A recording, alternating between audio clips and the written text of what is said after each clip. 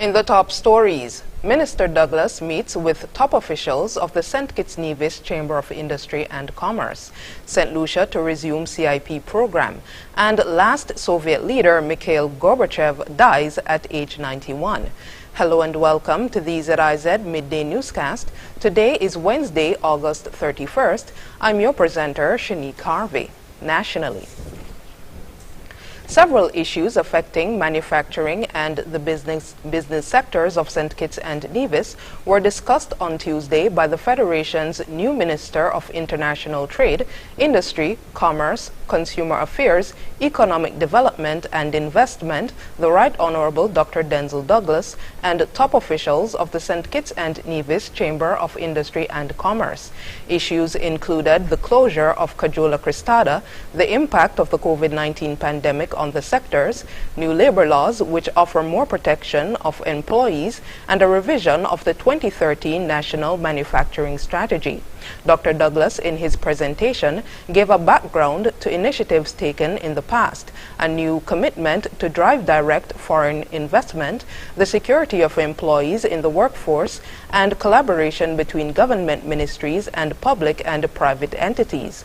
Dr. Douglas, who is also Minister of Foreign Affairs, said St. Kitts and Nevis is at a stage where the call to collaborate and strengthen partnerships cannot be ignored, and that, quote, cooperation between government and the private sector puts us in an advantageous position, particularly in the global markets. We must therefore be forward-looking in our approach, and this must be governed by inclusiveness, end quote. Dr. Douglas was informed that some 150 employees of Cajola Cristada will be severed when the company finally closes in November.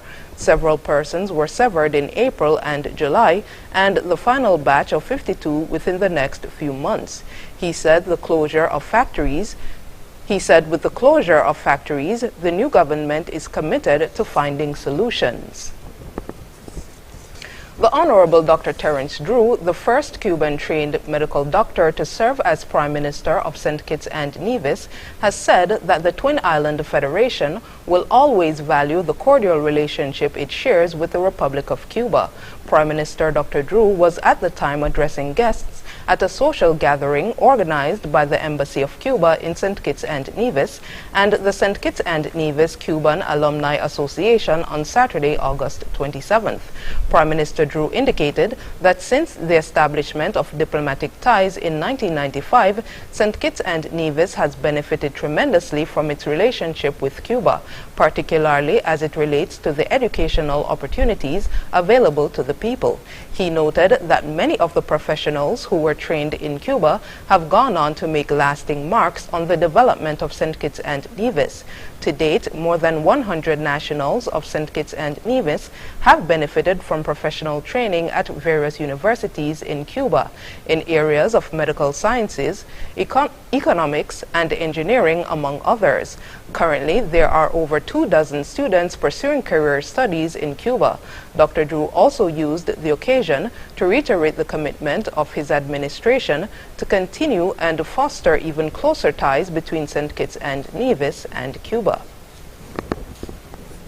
Officers from the St. Kitts and Nevis Fire and Rescue Services continued their examination of the parts of wildland fires and the direction in which they could burn during ZIZ Radio's program Fire Talk on Tuesday. Fire Substation Officer Timothy Martin explained that another part of wildland fires are islands, which are areas or patches of greenery within wildland fires that are unburnt. The island within a fire, though, is areas that the fire has already passed through that section, but you might have some green patches in the area that is already burned, that is untouched by the fire. Okay. This could be due to the soil, for example. If the soil is rocky, then you could have the shrubberies that are around the rocky soil being untouched by the fire. Fire substation officer Romel Williams added other factors that can lead to the formation of islands within wildland fires. There are other factors that might affect that too. Probably, he mentioned maybe rocky soil, or maybe the soil might be, for some reason, that area might be a damp area, wet, and the fire just burn around. Or it might have something to do with wind direction as well. That would cause it to just, I mean, some strange things happen in these fires. He also spoke of spot fires, which are caused by flying sparks or embers at a distance from the main fire. So there are also what we call spot fires. Now you might see a fire here, and then you might see a fire a few 100 feet away from this one. Are you trying to figure out, well, it got to be somebody in here lighting fires? But that is not always the case. The spot fires are caused by embers that fly off from the main fire, and they drop in another field and cause another fire. And so you have different fires all over, spot fires all over, that were caused from the initial fires, flying embers leaving that fire, hot piece, and the wind blows, and then you have a piece of grass that has fire, and it flies off and it lands in another patch of grass, and then that starts to burn. Fire substation officer Romel Williams.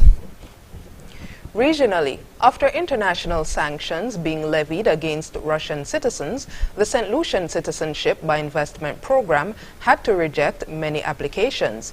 Minister for Tourism, Dr. the Honorable